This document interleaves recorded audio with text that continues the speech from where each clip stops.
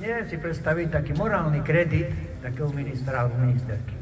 Všetci sme videli tie snímky z tej chaty Čifárov a počuli sme, ako sa predseda vlády, ešte vtedy nebol predseda, terajší predseda vlády, vyjadruje napríklad do pani Sakovej.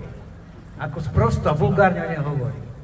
A on mesiac na to, 2 mesiace na to, s ním sa usmieva, veď a neostojí. To isté Kaliňák, ako o ňom hovoril terajší syn riaditeľ Sisky. A úplný vrchol je to, ako sa otrepal z toho všetkého náš pán prezident. Ako sprosto a hlúpo o ňom hovorí premiér tejto vlády. Ja som si istý, že keby tu v Tatrane u Mareka som toto povedal niektorému dospelému chlapovi, no zvyšok života strávim v kóme. A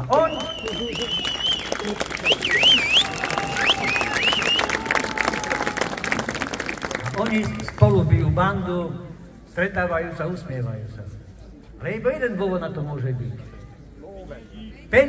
Peniaze, mány, love, iba toto ich môže spájať. Nič iné a chuť mať moc. Keď som tu išiel, takisto ako každý rečník, ktorý bude po mne, chcel som rozprávať ešte na jednu tému, ale som si to rozmyslel. Poviem niečo iné, čo sa mi stalo teraz v stredu. Poprosím ma môj priateľ, aby som odniesol do Prešova